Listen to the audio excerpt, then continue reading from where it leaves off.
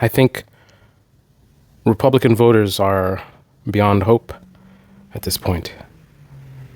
And to illustrate this, let me extrapolate some future potential events, not in terms of probability of these things happening, but just if they did, this is how things would play out.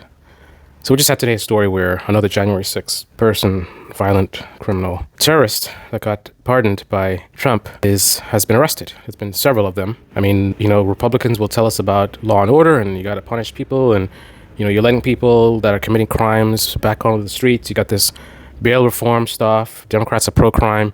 Meanwhile, Trump pardoned some of the most violent people in the country, willing to assault our police officers. And he is the extremely high poll right now, or rating. Let liberal media tell it. Liberal media loves to talk about the polls of the people who never liked him in the first place. But if you look at the actual Trump base, you look at the Republican voters, he is polling very high, even in this moment as grandmothers are being put in a hospital or thrown out on the ground for no reason at all. Citizens are being treated like garbage. The president putting out a meme of him, dumping poop on American citizens, not even Marxists or Antifa, just regular people, moms and dads and teachers and police officers and veterans, him throwing poop on them for them expressing their First Amendment right. And in this moment, Republican voters love Donald Trump. If you ask them, even if they would condemn some of these things, only when prompted, of course, they would still say, he's one of the best presidents in their lifetime. So I want to extrapolate from that what this means. Imagine that 1,000 of the people who he pardoned from January 6th, every single one of them commits a murder. Not at the same exact time, but just in general. One after the other, another murder. Now we have the 400th person that Trump pardoned has committed a murder. Donald Trump's ratings would still remain high. The last election was very close, and if he were able to run again, it would be close again. A lot of energy is leading against him being the lower in terms of votes. But the fact that he would still be competitive even after 500 of the people that he pardoned commit murders. Normie conservative will still remain quiet like crickets like they've been since 25. Nothing to say. The far right will celebrate, they wouldn't celebrate, a bunch of those guys committing murders, but they would probably spin it and say that this seems suspicious. Oh, this is suspicious. How is it 400 people getting murdered? I don't know. It sounds like a false flag or that they're being set up, or it might be some kind of CIA operation. Of course, Trump CIA, right? Or they just wouldn't talk about it at all, right? ICE could rack up a body count, by Christmas in the hundreds, right? Across the country, not all a single event makes it harder to hide from. It's like January 6th, a lot of these people who were pretending like everything's cool and great, they called it an insurrection and it called out Trump. And then all of a sudden they flip very soon after that. So if it happens all at once, that'll be a little bit stickier. But if it's one here, two here, three here, Trump's ratings will still remain very high. Right-wing media will either not talk about it, they'll pretend like this was justified or it was, these things happen, accidents happen, right? In law enforcement, people get killed who shouldn't have been killed.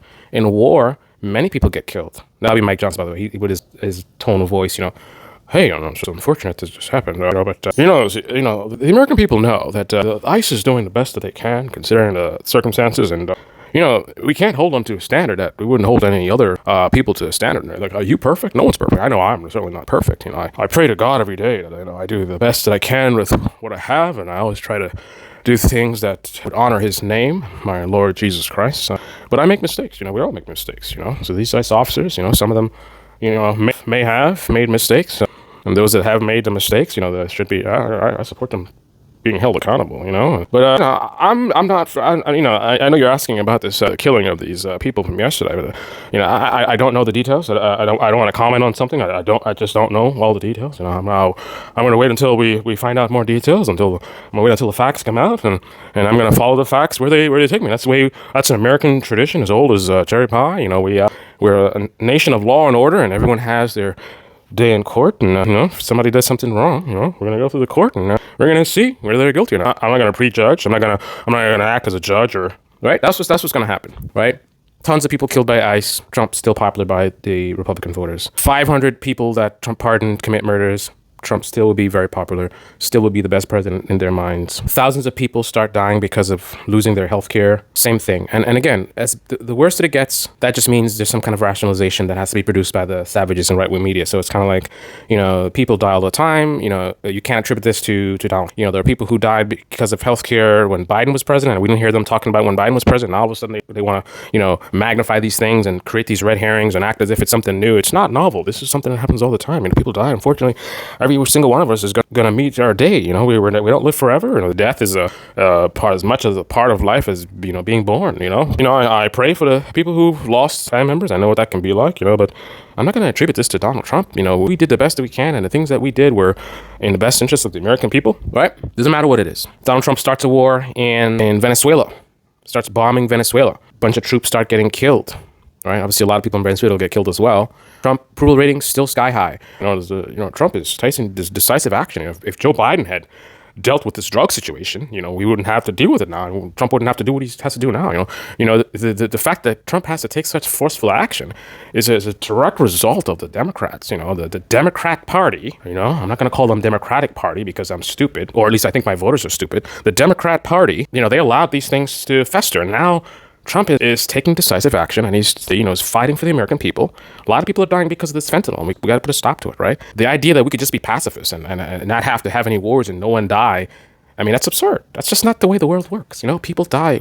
Wars have been fought for forever, and Trump is not doing something novel. Every president has been engaged in wars. You know, at least this war is for the American people. It's for the safety of the American people. It's a lot of people are dying. We're under attack, basically. These drugs are coming in and killing our children, killing our women. And I can't sleep at night. Every night I go to sleep and, I don't really give a fuck about anybody else but myself. I mean, when I go to sleep, I have nightmares. I have nightmares about people dying of fentanyl.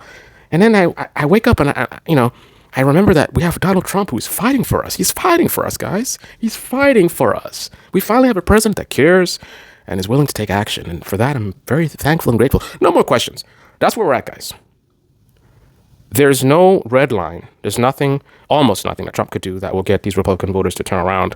Obviously, on the edges, yes, some people are turning around and will turn around, but an overwhelming majority of Republican voters they're lost. But let them tell it. Everybody else is lost but them. They're the only ones that are woke. Isn't that ironic?